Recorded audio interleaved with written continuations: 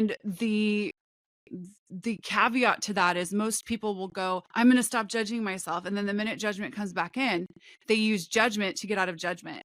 Exactly. So they're like, I'm bad and wrong because I judged myself again. Right. I think a lot of like self-help things out there are like very hindsight. Like, let's look back over your past and look at like what you did and what you could have done different. And access tools work best when you use them in the moment when something's happening. So you ask a different question, get a different awareness. For me, the message was just be kind to yourself and ask the universe to show you where you're judging yourself, and just getting that awareness that'll open up things, right?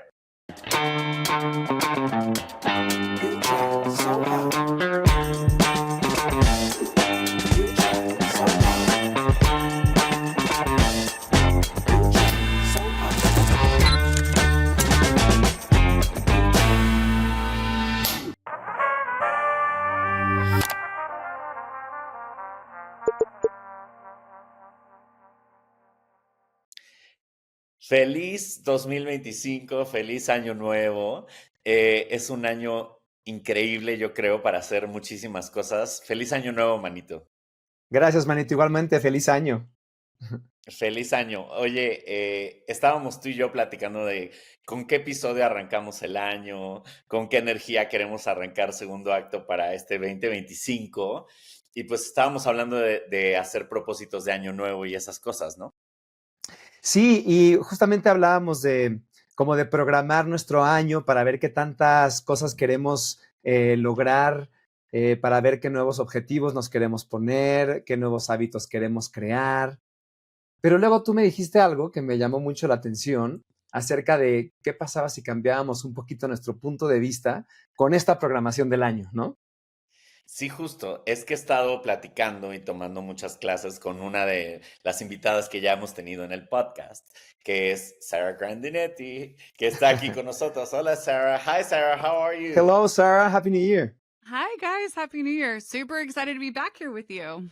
Like you guys were like one of my favorite interviews of all of 2024. So, yeah. Oh, thank you. Thank you. You to were start one of the our year favorites off as well. again. Hey, how'd I get so lucky? Yeah, and incredible that we're gonna do this episode completely in Spanish for the first time. You in Spanish. I hope there's an app for that. Let's see what happens. It will be. Yeah, for sure. But I was telling Vince that I've been talking to you and listening to some of your classes and stuff like that. And it popped into my mind, into my awareness, that maybe we could start the year off in a different way that what we usually do, because we like to set up resolutions and goals. And, I think that adds a lot of pressure to life. And I was thinking, what else can we do? How else can we approach the new year? And I was thinking of maybe what if this year we don't plan on what we're going to do, but how we're going to view things, and maybe change our point of view about some of the things that we already do and have and be. So that's what I wanted to talk to you about, and what Vince wanted to talk to you about, like this idea of starting new. What do you think about that?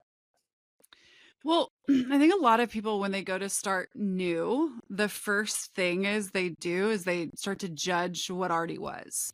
So it's like, I'm either like too fat, so I have to be skinny. I don't have enough money, which is wrong. So I have to get good in order to hit this target or this goal. And basically that's like, marinating your targets, your goals, the things you're asked for in a stew of judgment.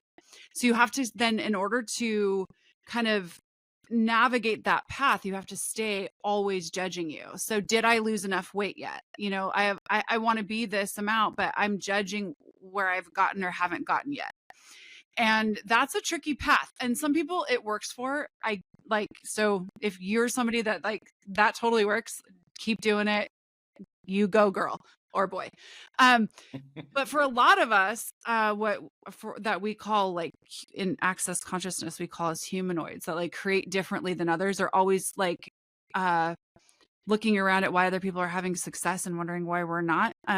If you're a dreamer in the world, if you are somebody who is always seeking possibilities and wondering why they're not showing up for you, you're possibly what we call a humanoid, which is just a different creature you create in a different way.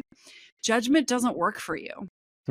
And you keep trying to use it. You keep trying to use it so that you can be like everybody else and hit your goals or your targets like everybody else. And I'm here to tell you that if you stop judging you as your first target of 2025, the things you're asking for can find you much easier along that meandering path to possibilities.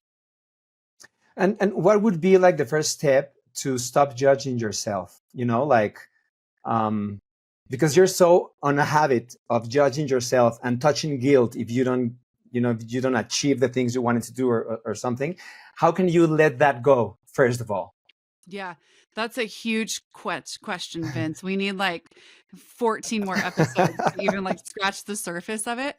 Okay. But what I would say is that first of all, it's like a demand, and the caveat to that is most people will go, I'm going to stop judging myself. And then the minute judgment comes back in, they use judgment to get out of judgment. Exactly. So they're like, I'm bad and wrong because I judged myself again. Right. And then you're like continuously looping. So for me, the first choice is like, I'm going to choose this year to be kinder to me than I've ever been willing to be before. Kinder than anybody. Even if you had like a wonderful, nurturing mother who just adored you and didn't judge you, kinder than that. So how would you treat yourself in the way that you always knew you should be treated and weren't? And that is with an amount of allowance. That's that's one of our elements of intimacy that we talk about in Access. There's 5: gratitude, honor, trust, allowance, vulnerability, and gratitude, honor, trust, allowance, vulnerability. That was 5. Did I do it? Yes. Okay. I'm like, if I'm missing one, sorry. But having allowance for yourself and being like, okay, you know what? Like I judge myself there. That doesn't make me more wrong. It's what would I like to choose or what would I like to put in its place?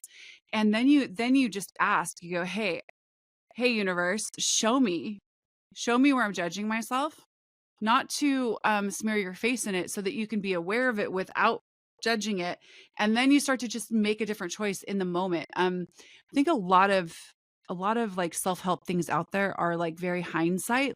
Like, let's look back over your past and look at like what you did and what you could have done different. And Access tools work best when you use them in the moment when something's happening. So you ask a different question, get a different awareness.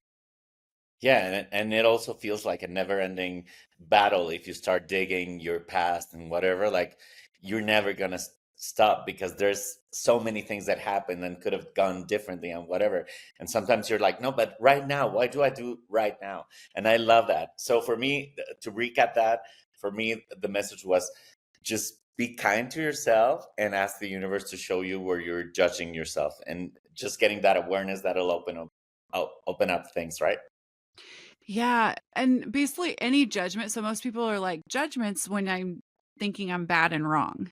So judgment is anything on that spectrum. So right, wrong, good, or bad. So we often will, the trap of judgment is I hate feeling bad and wrong, or that hurt somebody, or that didn't create the result I'd like to have. How do I get right and good?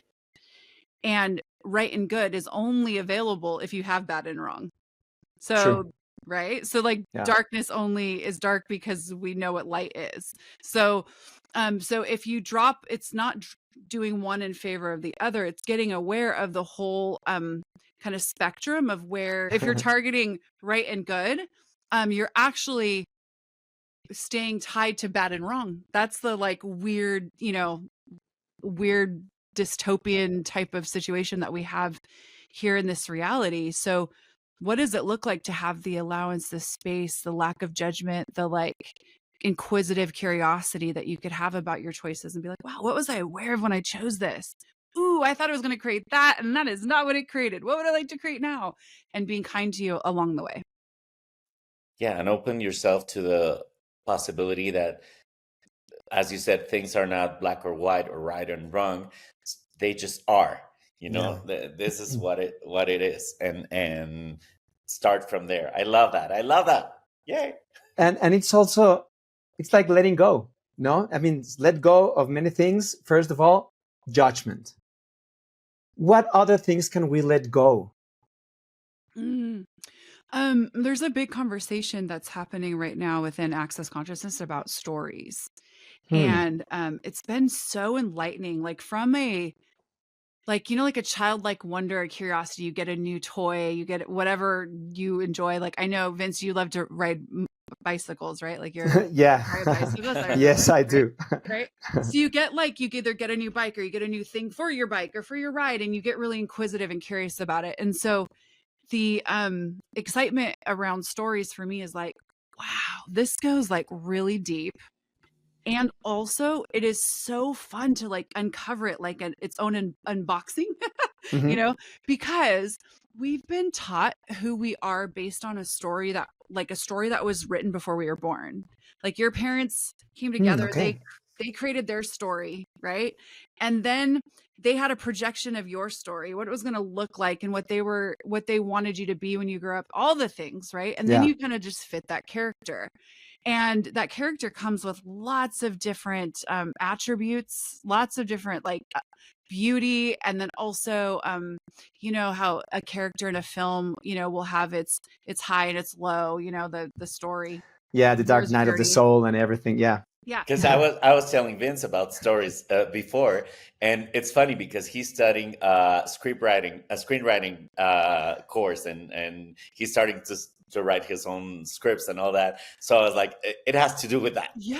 Yeah, exactly. So character development, right? So you'll put and you have to bring that character to life. You have to give it these different quirks, these different personalities, these different things that makes the reader or the viewer, whatever you're writing, right? Like fall in love with that character or despise that character because it fits the storyline.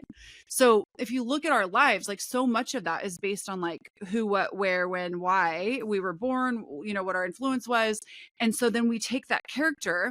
And you know, characters who've been like typecast, like they'll go into another role and they're like, you can't be a villain. You're like the nice guy, right? Yeah. So you try to create something new in your life, or, you know, you start asking for something new for 2025. And a lot of the things that you will think are possible for you are the things that match what your character would choose, what the story tells you is possible. But if you go outside the story and you're like, okay, if I was never written into this story, me as a being, what would I like to create and choose? And that is a totally different playground. Okay, so letting go of your own story and try to rewrite, or just don't try, just rewrite it as you walk the path. I mean, yeah. Okay. But like, even look at the closest relationships of like the people you live with. Okay. So you're in a relationship, you wake up every day, you see someone that you totally adore. They have a story about you too. You've taught them how to treat you based on your story. Right. And you have a story about them. And part of like relationship in this reality is very much like, oh, I know how they will respond. You know, have you seen those things, like those reels? I saw one today that said, if you know your girlfriend so well, what puppy would she rescue? And then you have to pick which puppy your girlfriend. Yeah. Or at a restaurant, when your boyfriend or girlfriend's not there and you have to order for them, you're like, oh my God. Yeah, what would they order? But you're a really, really good boyfriend or girlfriend if you know what they like. Yeah. Okay. Yeah. So they've trained you well. They've trained you to know and predict them, which all of that, and this is very deep conversation for a podcast, but here we are. So basically, like if you start to change the script of your story, then all the different relationships you'll have will have a different nuance to them, which will then can open doors to different possibilities. So like letting go of, like you said, Vince, like letting go of the old, it's not about rewriting the new. It's one thing Dane said recently, Dr. Dane here of Access Consciousness, he said, letting consciousness lead. So it's like, if you wake up every day and you're like, okay, who am I today? And what grand and glorious adventures will I have? Like, what would it look like to, like, do you always walk to the bathroom first and brush your teeth because that's what you've been doing for 40? You go, either of you are 40, but 40 years? 43, yeah. Okay. 44. Okay. Hey, I win 45. So I've been brushing my teeth longer. No, anyways, right. But like you have your thing that you do all the time. And some of that's just routine. And some of that is also what you've entrained into your life as the way that you are. So when you start to kind of let that go, it's wake up every day and go, what would I like to choose right now, today?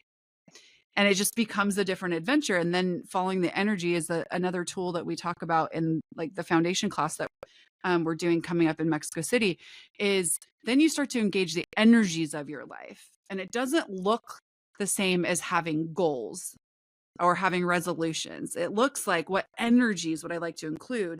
And then you can find, if you have like someone on a call the other day, we were talking about this kind of topic. And I was like, you can ask for a Lamborghini because you love speed.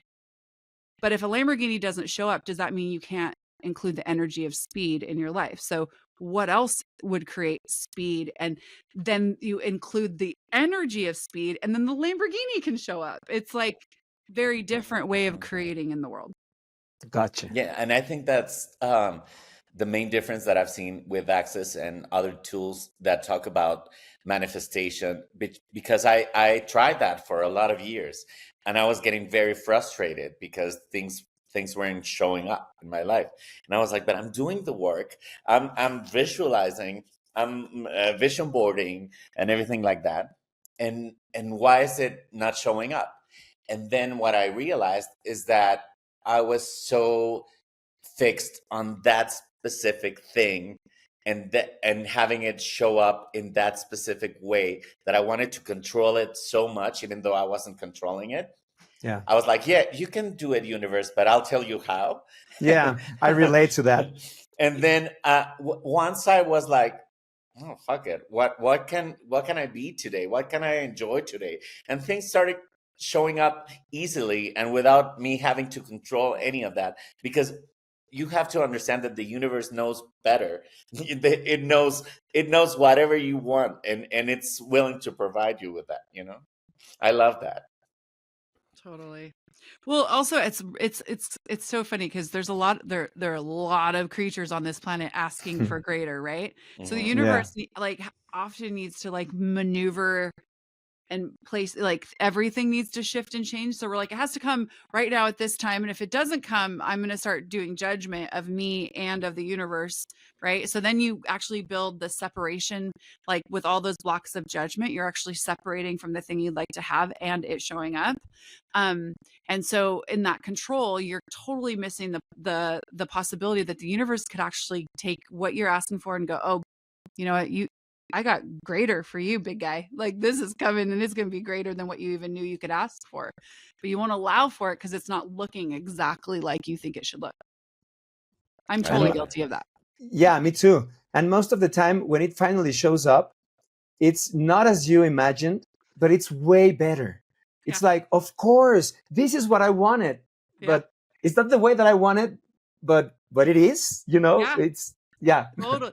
And, Vince, made me think of a tool that, oh my gosh, saved my ass so many times. It's when something's showing up that like you absolutely have decided you do not desire and you did not ask for, to stop and ask the question, is this what I've been asking for showing up in a way I didn't expect? Because if you're like, I want to move to Tahiti, like I want out of here and I want to move to Tahiti, right? And then like next week you like lose your job and like your boyfriend or girlfriend leave you and you're like, you're kind of free to move to Tahiti, right? Yeah, absolutely. Because those are the two things that would have you not make that leap. But then the universe is like, okay, it's time.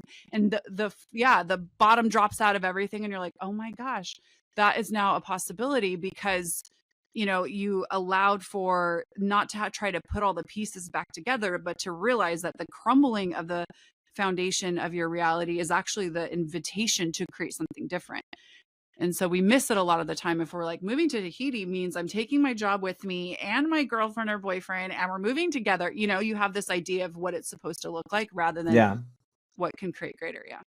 Can you repeat that question that have Xavier asked so many times? Yeah. So when something is showing up that you have a big reaction to, you're like, this is bad and wrong and awful. Ask the question, is this what I've been asking for showing up in a way I didn't expect? Okay. Got it. Like a great example, like I live here in the hills of Burbank, California.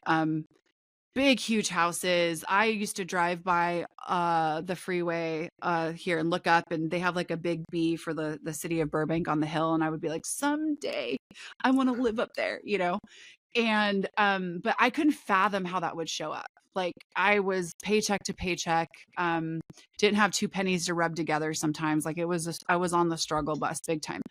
But I would ask every day. And then fast forward a few years, and I get a call from my kids' private school, and they were being kicked out of school because I complained about a teacher, and they kicked all 4 kids out of private school. Now, Mama Bear would have not chosen to get up, put my house up for rent, and move to the Burbank Hills unless it had to do with my kids, because that was too expensive. It was too much. So, but my kids needed to go to now a public school because I didn't want to play with private schools anymore because they could just do that, right? That was a very good public school system, and this is the closest one. And so because it had to do with my kids and the universe knew exactly where to poke me, I made the leap to come live exactly where I'd like to live. So, but did I ask that question then, Vince? No. I stressed out and felt horrible for my kids having to go through that for like 4 months. I had panic attacks. I lost a ton of weight. I was like beside myself as the worst mother ever. And then Dr. Dane here is my older brother. He asked me the question. He's like, is this exactly what you've been asking for? I'm all, you know, oh my gosh, I wish I would have asked that months ago, right? It came in a package that I didn't expect, and yet here it is. And also, Wow. I think that this new year is an opportunity to learn new things about you and about life that maybe you haven't considered, because what I've been toying around with is that all these ideas that I've had about how people perceived me, the possibilities of a job that I had, or a salary, or a medium to express myself, or whatever, were very limited. And they weren't. They really weren't. But that was the idea that I had, the possibilities that I was willing to see, or that I was taught to see. So this year I'm trying to do the whole thing about, I know it's something that in Access you call it basis, but all that, you know, the things that I kind of knew for sure, what if they're not? No, look at that. What if they're not for sure? What if they're just the tip of the iceberg, or the limited view that I had, the partial view? And can you talk a little bit more about bases? Yes. So bases is that thing where you're like, we even have it come out of our mouths in English. I don't know how it works in Spanish, but we're like, based on the fact that, you know, I found this based on. We have in Spanish, most people say it wrong, because they say en base a, and it's con base en. And it's con base en, and that's one of my biggest pet peeves. But Me con too. base en, with basis en, like So perfect. So basically, you see that? Like there's still that word. Bases.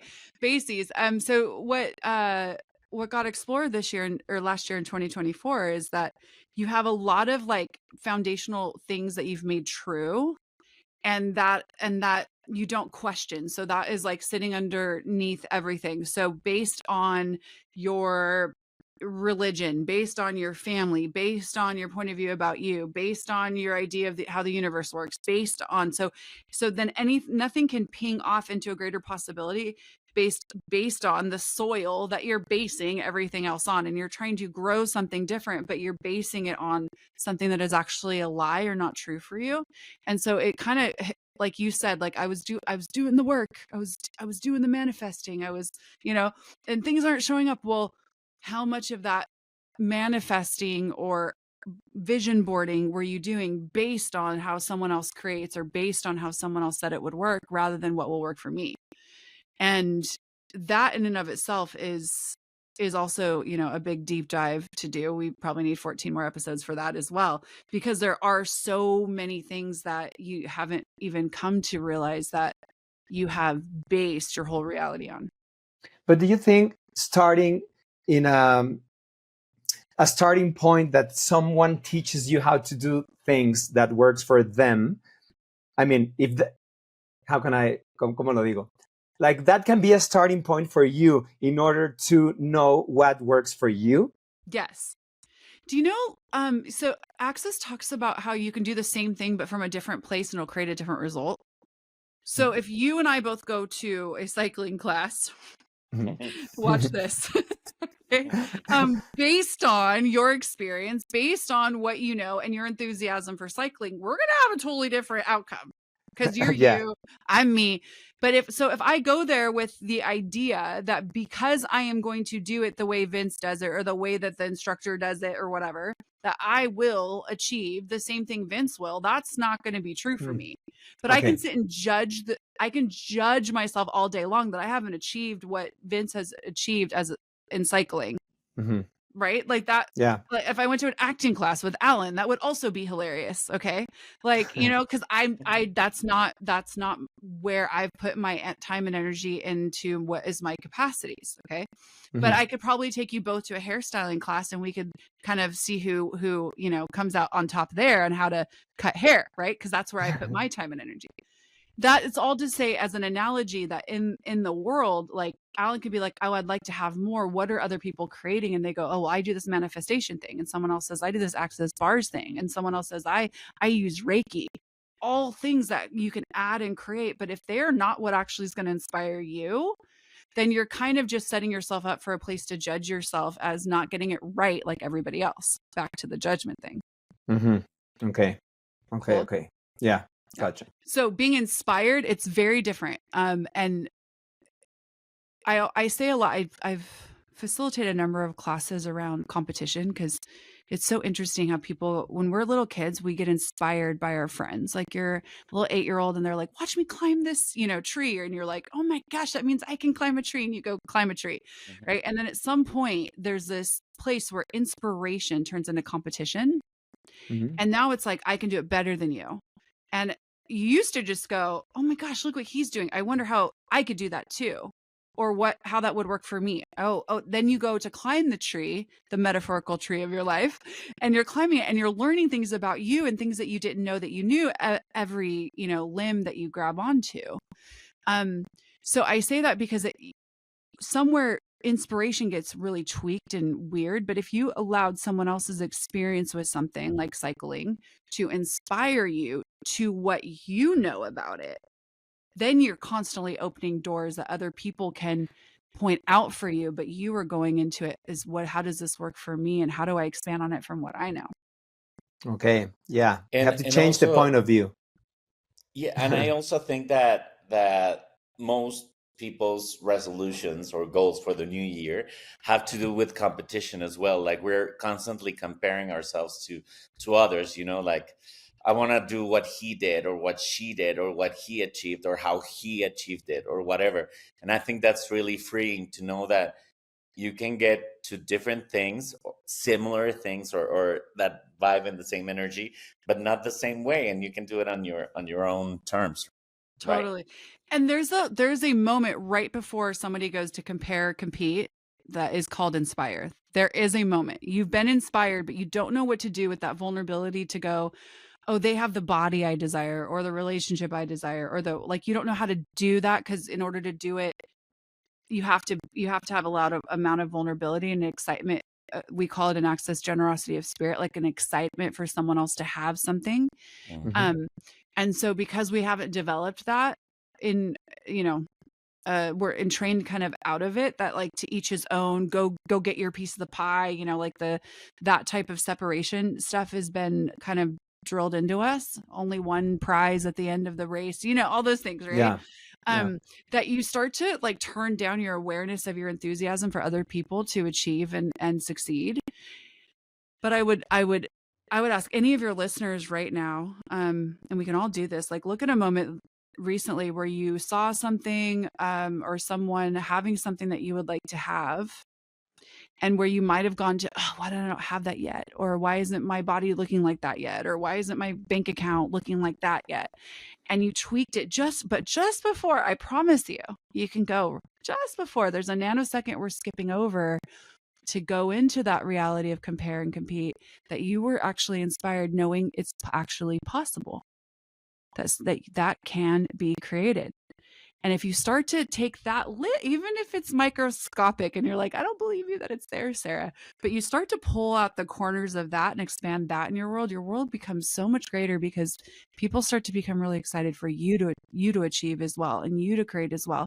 And you're celebrating others and you're receiving from their accomplishments, and you're going, hey, what does this look like for me? And how can I create it based on the inspiration that this person is being for me? Even if you don't like them, that's also wild. You don't have to like everybody that you get inspired by. Sure. I love that. And it's such a powerful world, inspiration. I love it.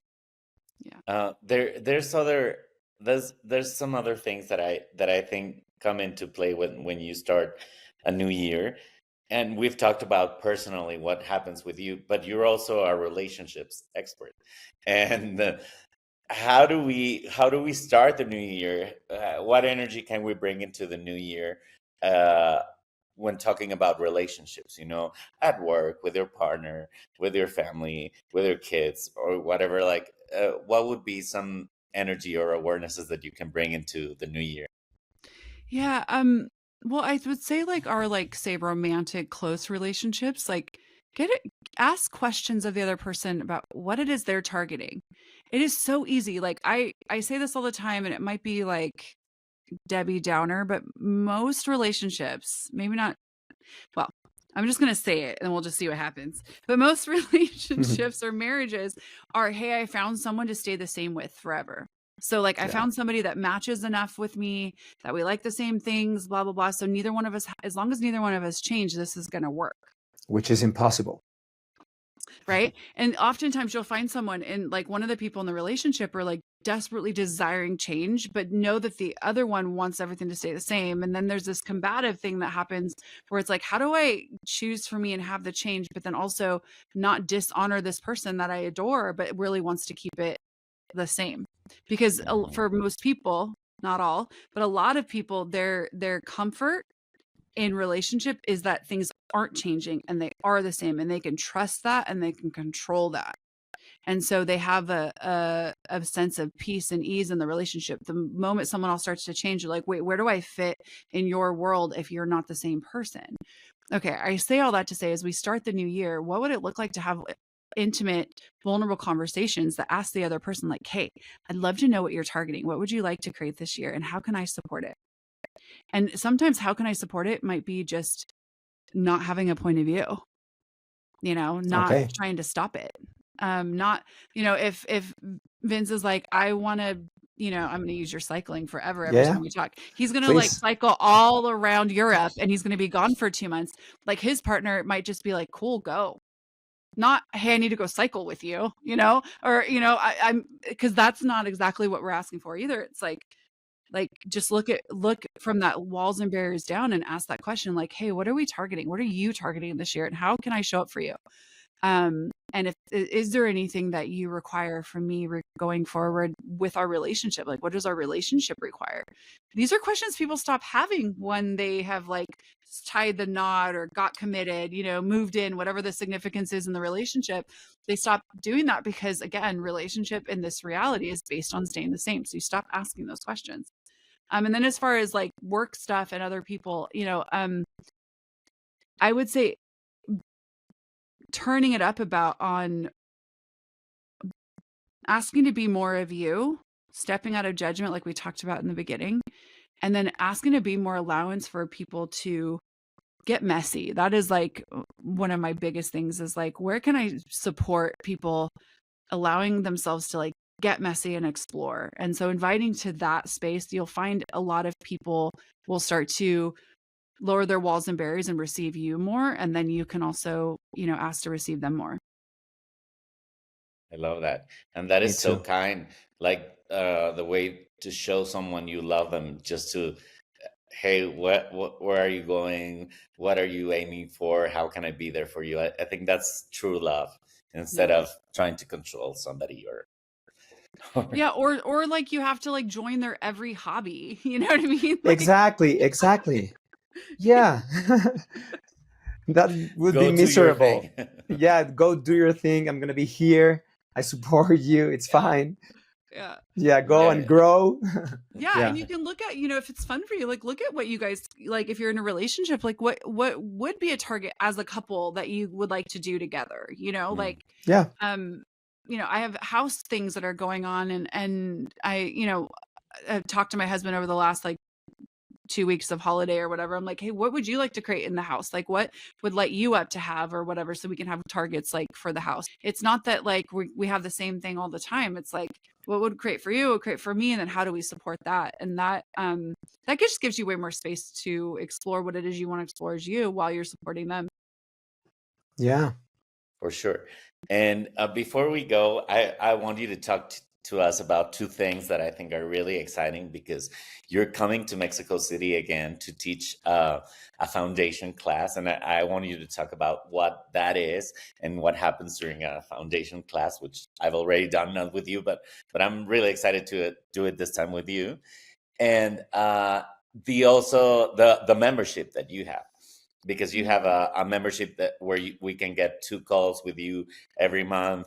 And can you talk about that? Yeah.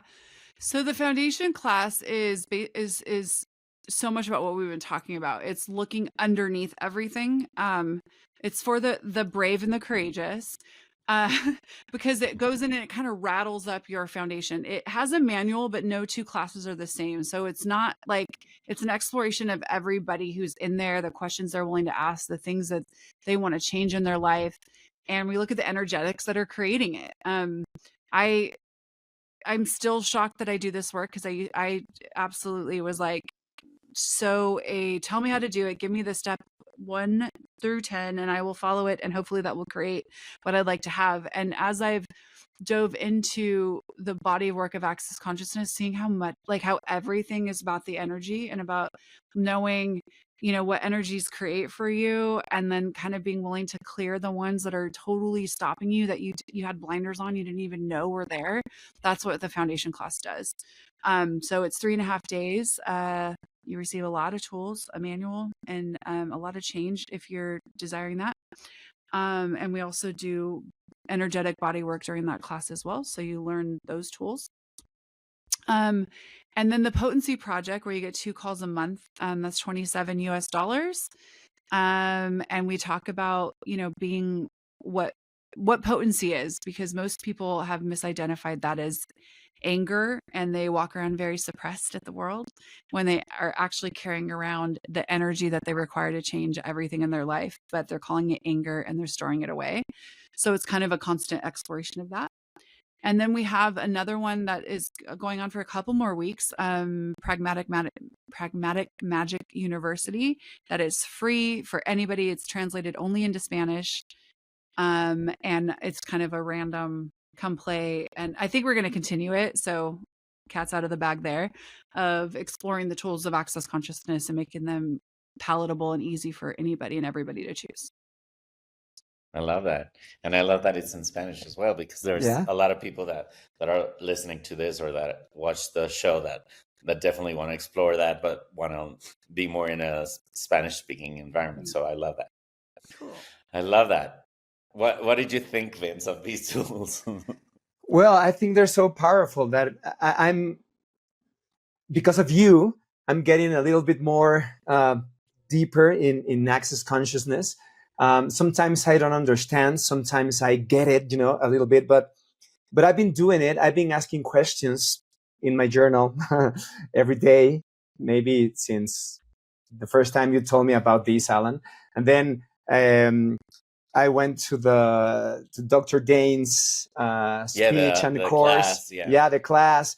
And so, I don't know, it's so many tools and so many different ways to approach life, to approach decision-making, to approach possibilities, that I think it's very powerful. And I really would like for people to have access to that, Yeah.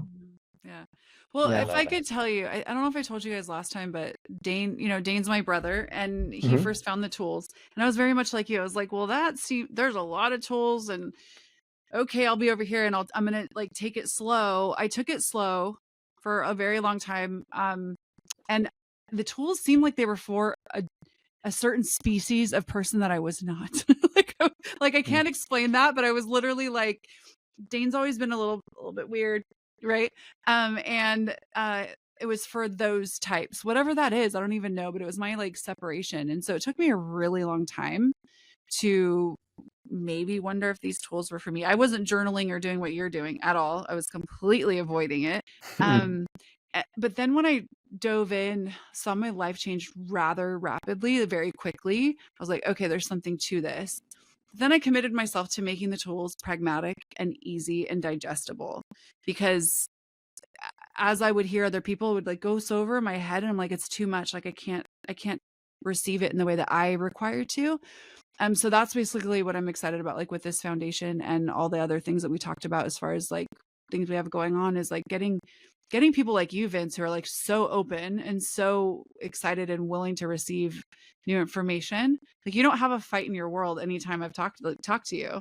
It's like, oh no, yeah. But do you realize how many people are not like that? Yeah. I know, of course. Yeah. So you're there and you're like leaning in and like those people having the space and ease to access what they know about these tools, because you know something about all of these tools that none of us know. Just putting that out there. Yeah, just leaving there. Well, I love it. I want to end this saying, what else is possible for us in this new year? What are we going to be talking about next year, going into next year? You know, like that excites me to think of everything that's going to happen this year and the magic we'll encounter this year. So thank you so much, Sarah. And the fun we're all going to have this year, for sure. Yes, amazing. Thank you for doing this.